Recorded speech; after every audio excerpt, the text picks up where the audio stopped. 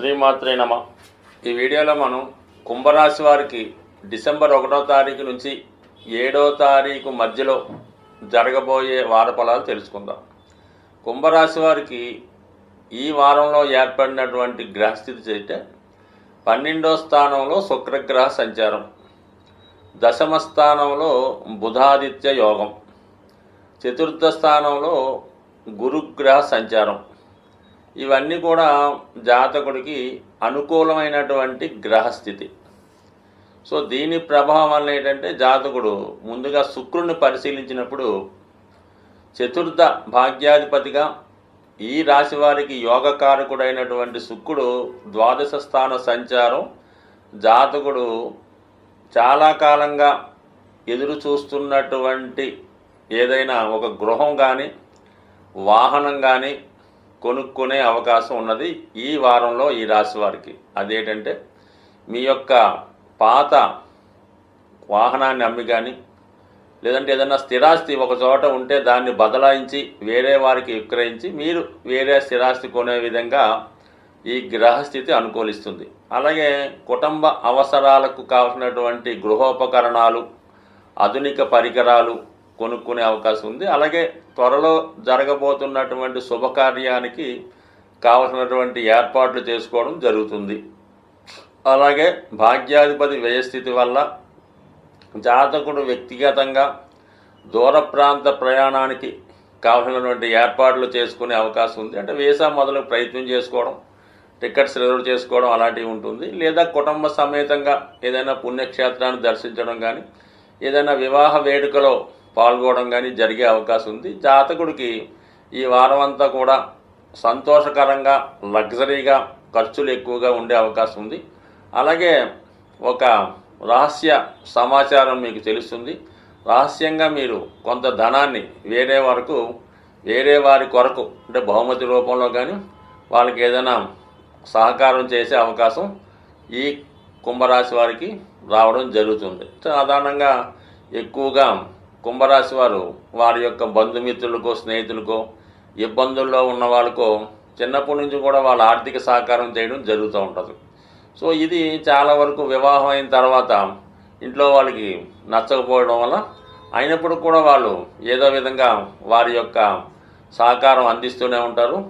ఎవరినో ఒకరిని చేరదీసి వాళ్ళని చదివించడమో ప్రోత్సహించడమో పోషించడమో జరుగుతూ ఉంటుంది. అందువల్ల వీళ్ళు ఒకేసారి ఆర్థిక పరంగా నష్టపోవడం జరుగుతూ ఉంటుంది. అంటే అప్పటిదాకా వీళ్ళని అందరూ చాలా హ్యాపీగా ఉన్నారు, బాగున్నారు అనుకుంటారు. For the one fine morning ఏదో ఒకటి జరగడం, మొత్తం ఫైనాన్షియల్ లాస్ అవ్వడం కూడా జరుగుతూ ఉంటుంది. అంటే చాలా వరకు మంచిగా పోయి అందరికీ ఉపయోగపడి నష్టపడేవారు ఈ కుంభరాశి వారికి కనబడుతుంటారు. కాబట్టి ఎప్పటికైనా కొంతవరకు మీ కొరకు ఆలోచించి భవిష్యత్తులో మీ అవసరాలకు తగు విధంగా ధనాన్ని దాచుకుంటే మంచిది తప్ప ఎవరికి పడితే వాళ్ళకి ఈ విధంగా ఇవ్వడం వల్ల ఫ్యూచర్లో మీరు ఇబ్బంది పడడం జరుగుతూ ఉంటుంది.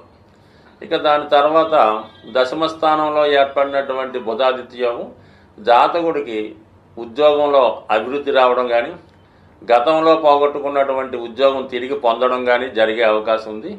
అలాగే ఇది ప్రభుత్వ ఉద్యోగులకి ఒక విధంగా వాళ్ళకి మంచి పొజిషన్లోకి వెళ్ళడం కానీ అలాగే అదనపు బాధ్యతలు చేపట్టడం కానీ గుర్తింపు పొందినటువంటి పదవిలోకి వచ్చే అవకాశం ఉంది. అలాగే కొన్ని సందర్భాల్లో జాతకుడు చేస్తున్నటువంటి ఉద్యోగ వ్యాపారాలతో పాటుగా అదనంగా ఏదైనా సంపాదించే విషయంలో అదనపు ఆదాయం ఏర్పడే అంటే జాతకుడికి 2 రకాల ఆదాయాలు వచ్చే విధంగా ఈ గ్రహస్థితి కనబడటం జరుగుతుంది. ఇది కూడా జాతకుడికి కొంతవరకు మరి కొత్త అవకాశాలు రావడం జరుగుతుంది. అయితే 6వ స్థానంలో ఉన్నటువంటి కుజుడు తృతీయ దశమాధిపతిగా వృత్తిలో విపరీతమైనటువంటి పోటీ ఏర్పడుతుంది. అలాగే మీ యొక్క దాయాదులతో కానీ రక్త సంబంధికులతో కానీ అన్నదమ్ములతో కానీ విరోధాలు విభేదాలు లాంటివి ఏర్పడే అవకాశం ఉంది. అయితే అంతిమ విజయం మీకే వస్తుంది. కానీ టెంపరీగా స్థిరాస్తి పైన కానీ ఆర్థిక విషయాల్లో కానీ మీరు ఎవరికైనా ధనం ఇచ్చి ఉంటే వారితో కానీ విరోధాలు వచ్చే అవకాశం ఉంది. అంటే సాధారణంగా ఈ కుంభరాశి వారికి కుంభలగ్నం వారికి మీరు ఎవరికైతే సహాయపడతారో మీరు ఎవరికైతే చేరదీసి వాళ్ళకి అభివృద్ధికి కారణమవుతారో వాళ్ళే మీకు ఎగనిస్ట్గా తయారై మీ మీద పోటీగా రావడం, మీ మీద కేసులు పెట్టడం ఇలాంటివి చేస్తూ ఉంటారు. అయితే అంతిమంగా నెగ్గినప్పుడు కూడా మీరు బాగా మానసిక అశాంతికి లోనవ్వడం జరుగుతూ ఉంటుంది. బట్ విజయం మాత్రం సక్సెస్ఫుల్గా ఉంది. ఇదే గ్రహస్థితి ఈ రాశిలో ఉన్నటువంటి క్రీడా రంగంలో వారికి కానీ, పోలీస్ డిపార్ట్మెంట్ వారికి కానీ, ఏదైనా బాధ్యత గల ఉద్యోగంలో ప్రయత్నిస్తున్న వారికి కూడా ఈ స్థితి కామన్గా బాగుంది. ఎందుకంటే అటు 6వ స్థానం బాగుంది, ఇటు 10వ స్థానం బాగుంది. కాబట్టి జాతకుడు ఉద్యోగంలో చేసే ప్రయత్నాలు చాలా వరకు ఫలించే అవకాశం ఉంది. బట్ ఏదైనా రాశిలో ఉన్నటువంటి జన్మశని కారణంగా ఏ ప్రయత్నం కూడా అంత తొందరగా రాదు. చివరిదాకా అవకాశం వచ్చి ఆఖరి నిమిషంలో ఆగిపోయినా ఆశ్చర్యపడక్కర్లేదు. అయితే నిరాశ చెందకుండా మళ్ళా చేస్తున్న ప్రయత్నం చేయడం వల్ల ఖచ్చితంగా ఈ రాశి వారు ఆలస్యంగా అయినా సక్సెస్ సాధించే అవకాశం ఉంది. ఈ వారంలో మరి సుబ్రహ్మణ్య షష్ఠి రాబోతుంది. డిసెంబరు 7వ తారీఖున సుబ్రహ్మణ్య షష్ఠి, అలాగే 6వ తారీఖున నాగ పంచమి రావడం జరుగుతూ ఉంటుంది. ఈ రెండు కూడా ఎవరి జన్మ జాతకంలో సర్పదోషం లాంటిది ఉంటుందో వాళ్ళు దాని పరిహార నిమిత్తం ఈ 2 రోజులు కూడా విధి విధానంగా సుబ్రహ్మణ్య స్వామిని ఆరాధించడం వల్ల వారి జాతకంలో ఉన్నటువంటి సర్పదోషం పరిహారం అయ్యే అవకాశం ఉన్నది.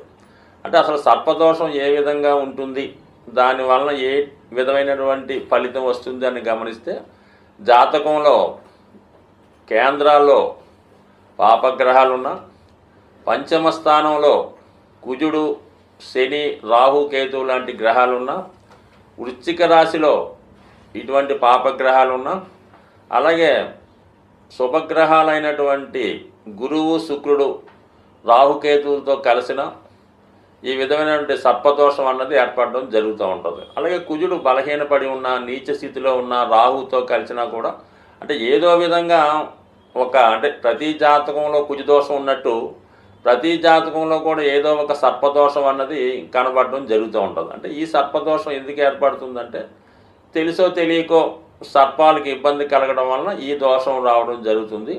ఇది 7 తరాలుగా జాతకుడిని బాధించే అవకాశం ఉంది. అంటే మీ పూర్వీకులు 7 తరాలుగా అటు ఇటు వాళ్ళు ఏ దోషం చేసినా అది కుటుంబంలో అందరికీ రావాలనే ఏం లేదు, ఎవరో ఒకరికి రావచ్చు.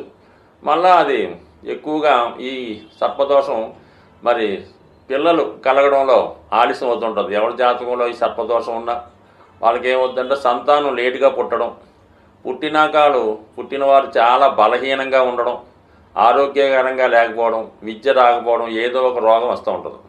అలాగే ఏంటంటే జాతకుడు చెడు వ్యసనాలకి లోనవుతూ ఉంటాడు. తల్లిదండ్రులను హింసించడం, ఇంట్లో డబ్బులు పట్టిపోయి ఖర్చు పెట్టడం, తాగుడు లాంటి కార్యక్రమాలు చేపట్టడం, పగలంతా నిద్రపోయి రాత్రులంతా మేల్కొని వివిధ ప్రాంతాల్లో సంచరించడం, ఇవన్నీ కూడా జాతకుడి యొక్క సర్పదోషానికి కారణమవుతూ ఉంటాయి. ప్రస్తుతం రుణ బాధలు ప్రతి జాతకుడికి కూడా, అంటే ఎవరైతే ప్రస్తుతం రుణ బాధలతో ఇబ్బంది పడుతున్నారో, అంటే రుణ బాధలు అంటే ఏదో ఇల్లు కట్టుకొని హౌసింగ్ లోన్ తెచ్చేవండి, కారు కొనుక్కొని హౌసింగ్ లోను, అమ్మాయికి పెళ్లి అది రుణ బాధలు కాదండి. మీరు ఏదన్నా వ్యసనానికి లోనై ఏదో పేకాట డబ్బులు పోగొట్టుకోనో, ఆన్లైన్లో డబ్బులు పోగొట్టుకోనో, ఉద్యోగంలో డబ్బులు వాడేసి, యజమాని డబ్బులు వాడేసి అది బాగిపడడం అనేది రుణం తప్ప, మన బాధ్యత కోసం పిల్లల్ని చదివించడానికి, తల్లిదండ్రులను వైద్యం చేయడానికి అప్పు చేయడం అంటే ఆ అప్పుల బాధలు మీకు నష్టం లేదు, దానివల్ల మీకు పెద్దగా ఇబ్బంది ఉండదు. ఈ విధంగా మీరు వ్యసనానికి లోనై స్త్రీలకి డబ్బు వ్యసనం పెట్టడం, పేకాట ఆడటం వల్ల చాలామంది అప్పుల పాలు అవుతుంటారు. అది అప్పుల పాలు అవటం వాళ్ళు ఎక్కువ ఇబ్బంది పడుతుంటారు. అటువంటి వాళ్ళు ఈ నాగపంచమి, సుబ్రహ్మణ్య షష్ఠి రోజు విధి విధానంగా వీలైతే ఉపవాసం ఉండి సుబ్రహ్మణ్య స్వామి ఆలయాన్ని దర్శించి మరి విధి విధానంగా స్వామిని పూజించుకోవడం వల్ల, అంటే ఏదో ఒక్కరోజు చేయడం వల్ల సరికాదు, ఆ రోజు ఒక దీక్షగా మనం ఈ రోజు నుంచి ఈ నియమం పాటించాలనుకొని కంటిన్యూ చేసుకుంటూ దగ్గరలో ఉన్నటువంటి సుబ్రహ్మణ్య క్షేత్రాన్ని దర్శించడం వల్ల, ముఖ్యంగా సుబ్రహ్మణ్య స్వామికి బెల్లం పానకం, చెరుకు రసం, తేనె, పాలు, అలాగే చలివిడి నైవేద్యంగా పెట్టి విధి విధానంగా పూజించడం వల్ల కంపల్సరిగా మీకు సర్పదోషం తొలగి మీరు మీ కుటుంబం అంతా సంతోషంగా ఉంటారని ఆశిస్తూ స్వస్తి.